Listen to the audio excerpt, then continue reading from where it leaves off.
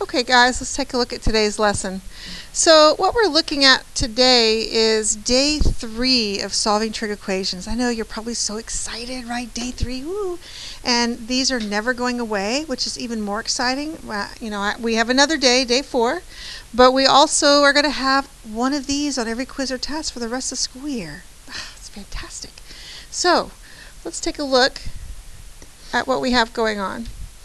Today I'm going to actually teach you a little bit of a different strategy that we haven't really focused on yet, and that is recognizing a formula and turning it into that. For example, this first one, this is like an addition or subtraction formula, right? We're going to go backwards with this. Maybe you have a double angle. There's a problem that a lot of students were getting confused with. What if we had something like 4 sine x cosine x, equals whatever, I don't know, equals something. So this has a double angle formula inside of it, right? If we thought about it as 2 times 2 sine cosine, we know what 2 sine cosine is. We do, right? Double angle, we should. Right, sine 2x, and so we're able to condense that to sine, using a double angle formula. So that's kind of what this lesson is about, is trying to recognize some of those things, some of those formulas, so that it makes our equation solving just a little bit easier.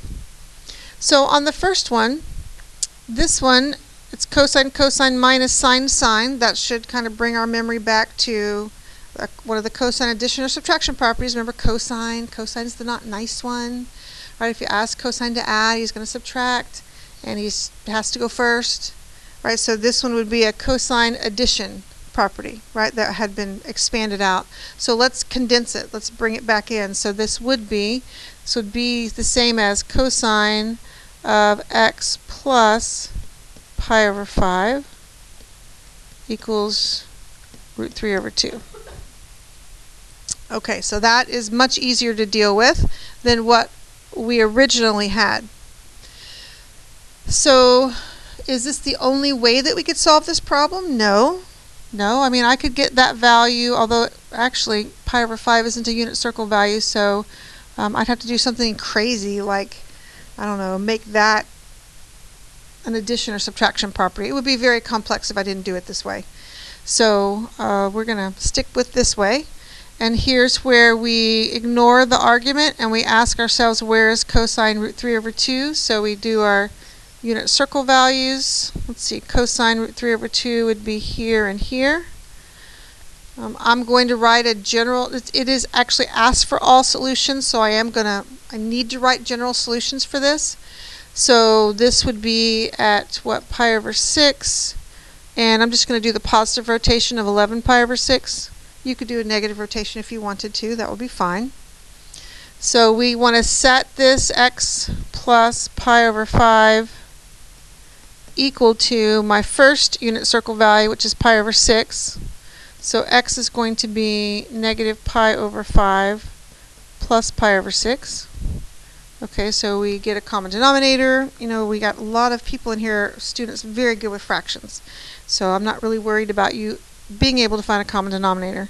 If I find a common denominator and add those together, that would give us x equals negative pi over 30. And let's go ahead and finish this up and look at the general solution for this. So we were getting a little bit confused about how to, what period, what are we going to put, plus what. If you recall from several units ago, the period is equal to, in this case, 2 pi over b. All right, that's what the period's equal to. B is the number that's right here, that's wedged between cosine and the angle. And that is 1 in this case. That's 1. So it's just plain old regular 2 pi. So this would be plus 2 pi n. Let's do the next one. So x plus pi over 5 equals 11 pi over 6. So x is going to equal negative pi over 5 plus 11 pi over 6. Again, we go through, get a common denominator, add those fractions together, and we get 49 pi over 30, and that's plus 2 pi n. And so those are my general solutions for this first problem. Okay, how is that? So that, I think, is way easier than what we started with, right? We're really always looking at condensing, not expanding as much as possible. So the second technique, there's just one other that I'm going to cover with you on these problems, is basically we're going to use the formulas that were right at the end of last unit, where we can either convert a product to a sum, or depending on what is sum or difference, or a sum or difference to a product. And I want to remind you of those rules. So do we have everything we need? I need to erase that. Okay, so let's see if it behaves.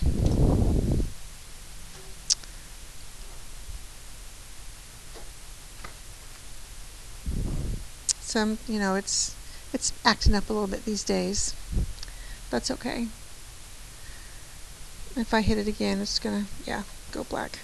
Okay, there we go. So let's take a look at this, just to remind you. Remember these formulas right here? These are the formulas I'm talking about. These are the formulas we're going to utilize. If we have like sine, whatever, I think the very first, no, I think the one we're working today, I think it's sine 5x plus sine x. Yeah, so if I'm adding sine plus sine, I'm going to try to get to that. Or if I'm subtracting sine minus sine, I want to go there. Cosine plus cosine, I want to go there. Cosine minus cosine, I want to go there. So that's what we're going to be doing. We're going to be going backwards. Okay? So in order to kind of lead us into going backwards, I put this number 2 here. Just a general, how do we turn the sum into a product? All right, so I'm going to put the formula just right above it so we know what we're looking at. So that would be addition of cosine. So that turns into cosine u cosine v equals 1/2 times cosine u plus v plus cosine u minus v. Okay. So our job here is to find u and v. That's our job. A lot of us in here are really good with numbers in our head, and we can just say, oh yeah, these two numbers add to be, 47, subtract to be 49. Now I'm going to do it in this order. I'm going to make it add to 47 and subtract to 59. Do I have to? No, I could reverse those. I mean, that's just adding, right? That's just adding. That's okay. If you wanted to make it add to 59 and subtract to 47, that's okay. We're still going to get the same u and v. Okay? So, let's do that. So, what I do, since I'm not really good with numbers in my head, is I do this tiny little system of equations. Just a little baby one. And I do it, unless I can do it in my head, this is what I do. So I'm going to say u plus v is 47. So I'm just using u plus v is 47. And u minus v is 59. And then I add, so that gives me 2u is 47 plus 59 is 106. So u is 53. So I know what u is. To find v, I would just plug back in, 53 plus v equals 47. So v is actually a -6. Okay, so that's what I would do. So now that I have that, what I'm going to do is I'm going to rewrite this so it looks like this. Okay, so that we can more clearly see what's going on. So I'm going to change cosine 47 into cosine 53 plus a negative, so -6, plus cosine of 59 into cosine of 53 plus 6. I want to pause there for just a second. So I haven't changed the value of anything, have I? I've just rewritten, 53 minus 6 is 47, and 53 plus 6 is 59. So I haven't done anything. Now, I don't exactly match this formula yet, though. Right? This formula needs a half. So what I have to do is I need the half.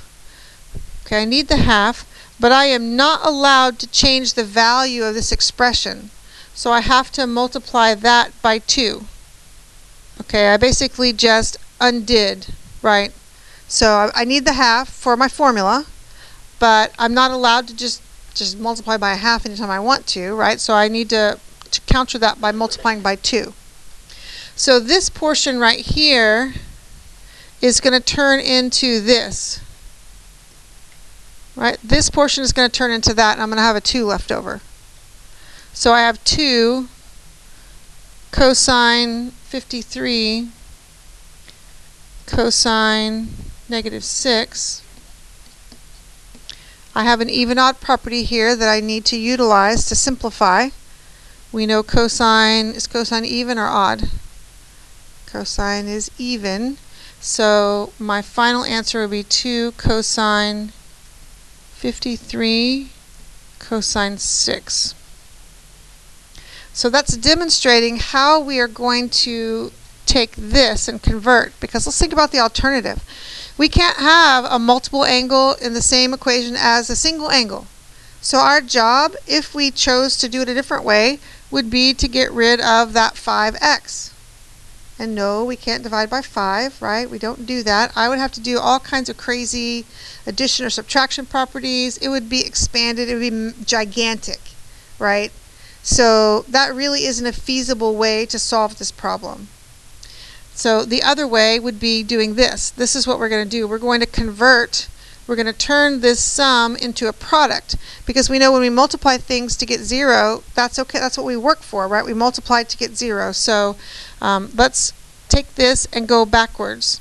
So u plus v is 5x. U minus v is x. So I add, I get 2u equals 6x. So u is 3x. And if u is 3x, I know v is 2x. Okay, which most of you can do in your head, right? You don't need to do that little system, but it's there in case you need it. All right, so let's convert this.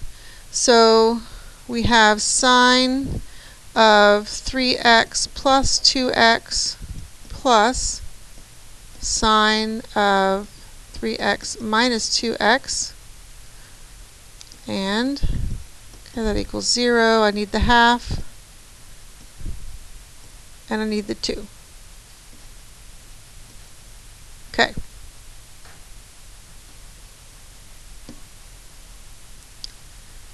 Is everybody okay? So I'm now going to take this part and I'm going to convert it. I'm going backwards. That sine addition turns into, it turns into this 2 comes down, and then I have sine of 3x cosine of 2x. That's my formula. Right? Sine u cosine v. Okay, so now I divide off the 2, and I have that sine 3x could be 0, or cosine 2x could be 0. Okay, let's work on the sine 3x first. Let's think unit circle. So let's see, sine is 0 at 0 and pi. So we have 3x equals 0 and 3x equals pi. So x would be 0 and look the period. So I'm going to write a general solution here, because we're going to have a lot of solutions. We need to find all the solutions in the interval 0 to 2 pi, and there are going to be a lot of them. So I'm going to write the general solution. So x could be 0. Let's just, x is pi over 3. So our period equals 2 pi over b. In this case, b is 3, right? So it's going to be x equals 0 plus 2 pi over 3n, or x equals pi over 3 plus 2 pi over 3n. I'll pause here for a second. Are we okay? So those are my general solutions for the sine piece. Now let's work on the cosine piece. So we know cosine is 0, let's see, at pi over 2 and 3 pi over 2. Okay, so 2x equals pi over 2 and 2x equals 3 pi over 2. So solving for x, multiplying by a half, x equals pi over 4 and x equals 3 pi over 4. Now again, let's put those in general solution form so that we can, catch everything. Alright, so pi over 4, so x equals pi over 4. Let's think about the period. In this case, there's a 2. b is 2. So if we go up here and we think about that, 2 pi over 2 is going to give us pi. The period would be pi. So plus pi n, and x equals 3 pi over 4 plus pi n. Okay. So we're doing a curly bracket because we're going to write a set down. We need everything including and between 0 and 2 pi. So in the earlier class, I worked at getting them in numerical order, and students were totally confused. So I'm not going to worry about numerical order right now. We're just going to do each equation by itself. So I'm going to stick with this first equation, 0 plus 2 pi over 3n. And I'm going to write down every solution from this equation. Then I'm going to move to the next one. Alright, so 0 is in this interval, 0. And then 2 pi over 3. Now I want to add 2 pi over 3 to 2 pi over 3. And that would give me 4 pi over 3. Now let's see how far we want to go. If 2 pi is in thirds, it would be 6 pi over 3, right? I don't want to get higher than 6 pi over 3. I'm at 4 pi over 3. So 4 pi over 3 plus 2 pi over 3 gives me 6 pi over 3, which puts me right here. And that is a solution. All right, so 2 pi. Okay, I finished. Let's just kind of, check that one off. I finished that one. All right, let's move. We're on thirds. Why don't we just move to this one, the one right underneath it. So pi over 3 is a solution. If I do 2 pi over 3 plus pi over 3, that would give me 3 pi over 3, which is pi. Let's see if we can do that. Is 3 pi over 3 plus 2 pi over 3, was that 5 pi over 3? That's still under 6 pi over 3, so 5 pi over 3. If I add any more, I'm going to go over 6 pi over 3. Okay, am I going too fast? Are we okay? Is everybody okay? Okay. So I've dealt with these two. I got all the solutions from those two. Now let's work on this top one, pi over 4. Okay, if I'm in fourths, then 2 pi, what am I looking for if I'm in fourths? That would be, 8 pi over 4. Right, I don't want to go over 8 pi over 4. Okay, so pi over 4. So if I add pi, so 4 pi over 4 plus pi over 4 is 5 pi over 4. Let's see, if I add another 4 pi, that would take me to 9. That would be too big, right? 9 pi over 4 would be too big.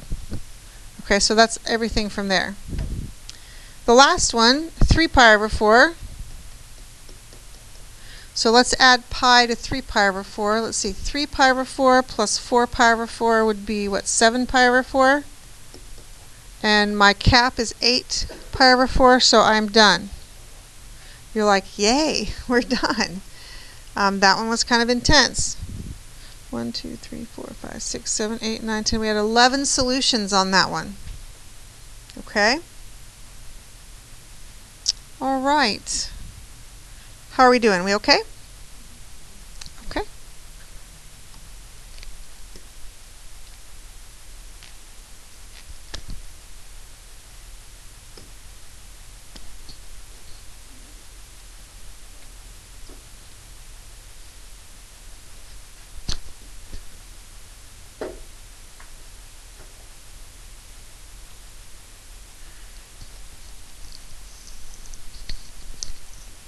sorry that the recording is continuing to go.